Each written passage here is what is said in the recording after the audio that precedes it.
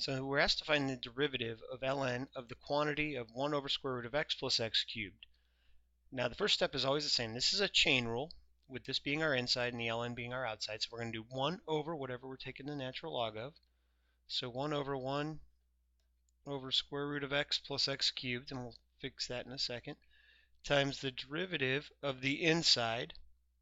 And instead of writing it as 1 over square root of x, because I know I'm going to be taking its derivative, let's write it as x to the minus 1/2 plus x cubed. So this part is already done. We've taken its derivative. It just needs to hang around until we're ready to simplify. Here, we're going to do this derivative piece by piece. So the derivative of x to the negative 1/2, it's a basic power rule. So negative 1/2, x to the negative 3/2, and another basic power rule, 3x squared.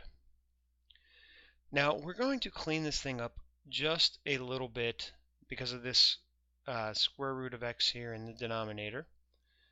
And so let's see what all we can do to make this look maybe not so messy. So right now we have negative 1/2, and let's take care of that negative exponent and write this as x to the positive 3/2 plus 3x squared on top over x to the 1/2 plus x cubed. We never want to leave a fraction in a fraction, so really that is the biggest issue. So one option that would get rid of this is to multiply on top and bottom by x to the 1/2. This isn't the only option, but it's one way we can get rid of that really quickly. And let's see what's going to happen. So there we're going to have the minus 1/2. We'll also take care of that eventually too. X to the 1/2 over x to the 3/2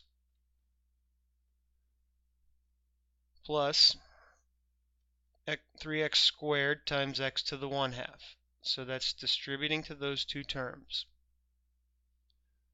Over, now we'll distribute to these two terms. We get x to the 1/2 over x to the 1/2 plus x cubed times x to the 1/2. So that was distributing to this term and this term. Now we've got some nice simplification that's going to happen here. So we still have the negative 1/2. Here, because basically we can combine those because they have the same base, this is going to become 1 over x. Here exponents add, and so you may want to rewrite that as 4/2. So plus 3x to the 5/2. We can see we accomplished our goal because that becomes 1. So 1. And then same thing here, we might want to rewrite that as 6/2 so that we can see that when we combine those it'll be x to the 7/2. Now, I did say we don't want a fraction in a fraction, and we still have a couple of those. So a 2 and an x are still causing some issues, so let's multiply by 2x over 2x. And we could have done this all at once, but I wanted you to see how we might approach this if we're not sure. We take one denominator at a time. So when we multiply that by this first term, I'm going to get negative 2x over 2x plus 3x to the 5/2 times 2x. And because we're going to be combining those, maybe we write that as to the 2/2 power, because that's still the first power. And now we do it on the denominator. That's going to be a 2x. And we have a plus x to the 7/2 times 2x, once again to the 2/2 or to the first power.